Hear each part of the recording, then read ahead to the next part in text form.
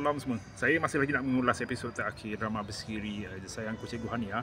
Sebab saya nak tahu apa cerita dekat Yasmin. So jom kita tonton. Kau memang tak guna kan?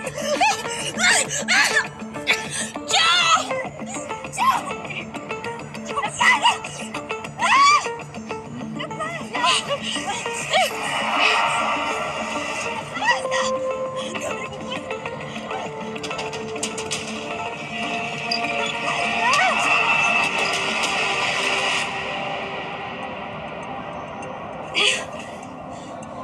Aku nak kau bawa duit dan aku nak kau escort aku pergi spa. Abang!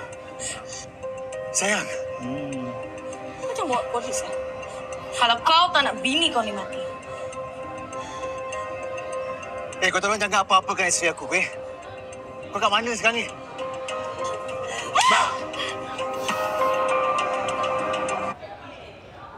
Saya pun sayangkan Cikgu Hania sampai tak boleh tengok dia kena tampar. So itulah ceritanya. Yasmin bila plan dia nak dapatkan, pada saya lah, dia agak plan dia nak dapatkan Fahri ni tak dapat, gagal ke.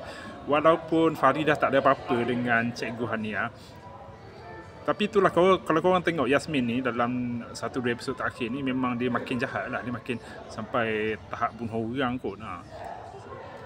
Itulah saya terkejut sampai tahap macam tu. Ingat tahap sondol menyondol je, tapi rupanya sampai tahap jahat, sampai tahap organised crime gitulah.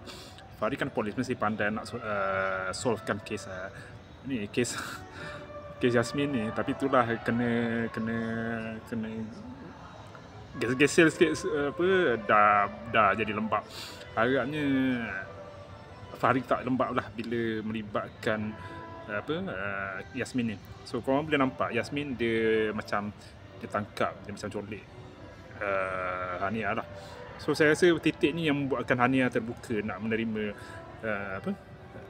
nak terima Fahri balik.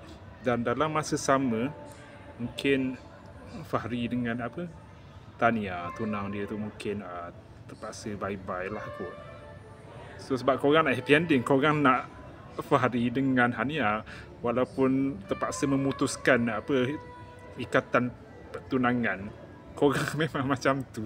So korang nak dia dengan Hania, Hania pun terpaksa bye-bye dekat ustaz tu. Sepatutnya macam tu, tapi korang tak boleh terima takdir yang sebegitu dalam sebuah drama tempatan lah. So itulah, kali ni last lah. Lepas ni kita cerita drama lain pula. Jumpa lagi, sekian.